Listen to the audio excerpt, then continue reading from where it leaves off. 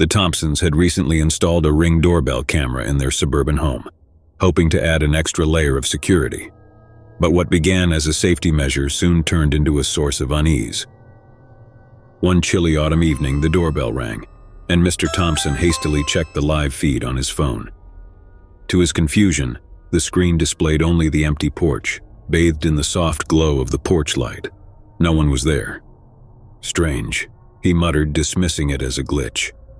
However, a few minutes later, the doorbell chimed again. This time, Mrs. Thompson approached the camera, opening the app on her phone. The screen remained unchanged, an empty porch, devoid of any visitor. But then they heard it, a faint sound, barely audible but distinct enough to scare them. Heavy breathing. Ragged and ominous, it seemed to emanate from the speakers of their Ring doorbell. "Did you hear that?" Mrs. Thompson asked, her voice quivering with a mix of curiosity and apprehension. Mr. Thompson furrowed his brow, his gaze fixed on the doorbell camera. "Yeah, someone's breathing, but where are they?" The breathing continued, growing louder and more erratic with each passing second. They checked the live feed repeatedly, but it showed nothing but the silent porch. Unease settled in as the breathing persisted, creating an unsettling atmosphere inside the house. The Thompsons exchanged worried glances, feeling the weight of the unknown presence lurking just beyond their front door. Despite their growing discomfort, they decided to investigate. Mr. Thompson cautiously opened the front door, expecting to find someone standing on the porch or nearby, but the chilly night revealed nothing but empty streets and rustling leaves. They retreated indoors, unnerved by the inexplicable occurrence. As the night progressed, the unsettling breathing episodes continued sporadically, always accompanied by the sound of heavy labored breaths, yet never revealing the source. With each occurrence, their nerves frayed, their minds tormented by the relentless and inexplicable phenomenon. Sleep eluded them, replaced by the haunting anticipation of the next instance of a sinister breathing echoing through their home. Hours dragged on, the tension escalating with each passing minute until suddenly the breathing stopped. A deafening silence enveloped the house, amplifying the Thompsons' fear and confusion. Just as they began to exhale a collective sigh of relief, a blood-curdling scream pierced the silence, resonating from the direction of the Ring doorbell camera. The scream was gut-wrenching and primal, sending shockwaves of terror through the Thompsons. Frozen in terror, they stared at the camera feed, their eyes widening in horror as the screen showed a distorted, contorted face, eyes wide with madness and a twisted, maniacal grin contorting the features of the unknown visitor. Before they could react, the camera abruptly cut to black, plunging them into darkness. The house was silent once again, but this time their fear was palpable, rooted in the horrifying uncertainty of what lay beyond their door. As the Ring doorbell camera abruptly cut to black, leaving the Thompsons in a chilling darkness, panic seized their senses. Mrs. Thompson fumbled for her phone, attempting to reconnect to the camera feed, but the app displayed nothing but a blank screen. Heartbeats thundered in their chests as they stood in the silence, enveloped by the foreboding atmosphere that had invaded their once cozy home. The seconds stretched into an agonizing wait, each moment feeling like an eternity. Suddenly, the tranquility shattered with a resounding crash, the sound of a window shattering in the living room. They exchanged panicked glances, dread gripping their every nerve. Without hesitation, they dashed toward the source of the disturbance. As they entered the living room, a bone-chilling sight greeted them. A figure cloaked in darkness standing amidst the shattered glass, its presence casting a haunting shadow against the moonlit wall. "Who are you? What do you want?" Mr. Thompson's voice quivered with a mix of fear and defiance. The intruder remained silent, their face obscured by the darkness of the hood. A sinister aura emanated from their form, freezing the Thompsons in place, rendering them powerless against the overwhelming terror. With a slow, deliberate movement, the intruder raised a hand, revealing a glint of metal, a menacing blade gleaming in the moonlight.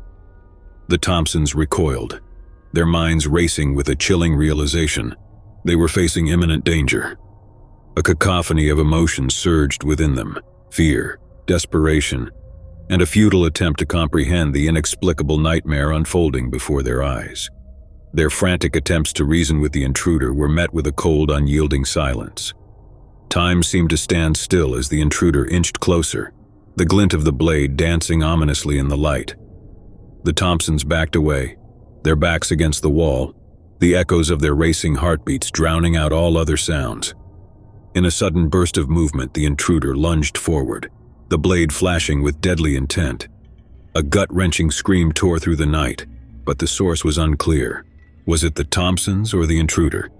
In the heart-stopping chaos that ensued, the Thompsons fought desperately to fend off the assailant, their survival instincts kicking into overdrive.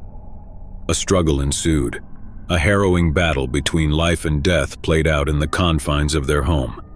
Adrenaline surged through their veins as they fought for their lives, grappling with the unknown assailant in a desperate bid to escape the impending doom.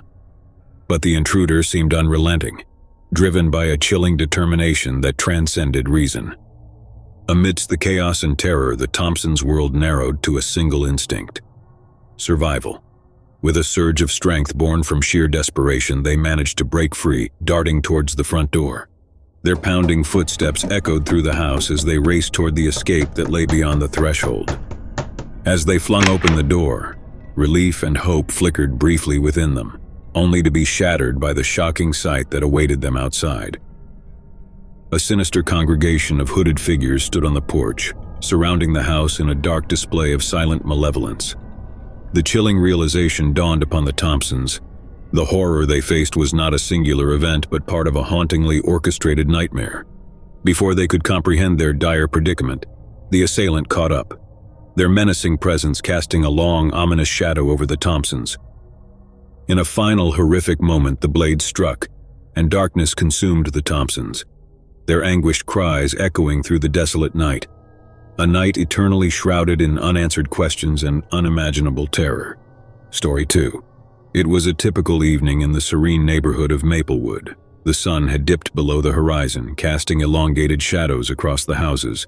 The street lamps flickered to life, illuminating the quiet streets. Inside one of the cozy homes, the Washingtons were just finishing up dinner when the doorbell rang. Samantha, curious about the unexpected visitor at this hour, glanced at her husband David before heading to the door. She peered through the peephole, finding no one in sight. Puzzled, she noticed the faint glow of the Ring doorbell camera. A notification pinged on her phone. The Ring app displayed a live feed of their doorstep. Squinting at the screen, Samantha saw a man standing there, barely visible in the darkness outside. His features were obscured by a shadowy hood, and his eyes seemed fixed on the camera as though he knew he was being watched. Unease settled in her chest and she called out to David. "Someone's at the door, but they're not there anymore. It's just a man in a hoodie staring at the camera." David joined her, checking the app. "That's odd. Maybe he left. Let me check outside." He stepped onto the porch, scanning the area, but the street remained empty. He returned, reassuring Samantha that there was no one around. As they settled back inside, Samantha couldn't shake off the feeling of being watched. Hours passed, and the incident faded into the back of their minds until the doorbell rang again. This time they hurried to the camera, but the feed showed only darkness. No one was there. Uneasy, they decided to call the police, suspecting a potential prank or suspicious activity. Minutes crawled by, and just as the police were about to arrive, the doorbell rang again. Samantha's heart raced as she hesitated, contemplating whether to check the feed. David rushed to the door, peeking cautiously outside. But there was no one in sight, just the cold, empty night. Before they could gather their thoughts, a chilling realization dawned on them. The doorbell camera hadn't rung. It was the old-fashioned doorbell this time.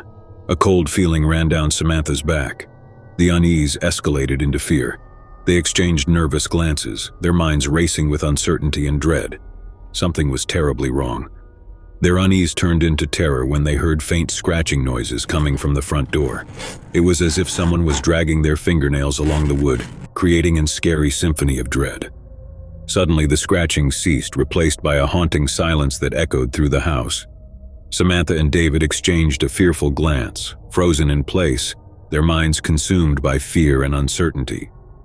Then a blood-curdling scream shattered the silence, echoing from the hallway. They rushed towards the sound, only to find the source, the Ring doorbell camera. The live feed displayed a horrifying scene. A figure cloaked in darkness, their face twisted into a dark and scary grin, staring directly into the camera. As Samantha and David recoiled in horror, the door behind them slammed shut, trapping them in the chilling darkness. The last thing they heard was a whisper, barely audible but unmistakably chilling. "I've been waiting for you." Story 3. In the suburban town of Crestwood, the Monroe family had recently installed a Ring doorbell camera, eager to bolster their home security. However, what began as a safety measure soon led them down a path they could never have anticipated. One chilly evening, the doorbell chimed, and the camera's live feed showed a man standing on the porch, his features partially obscured by the hood of his jacket.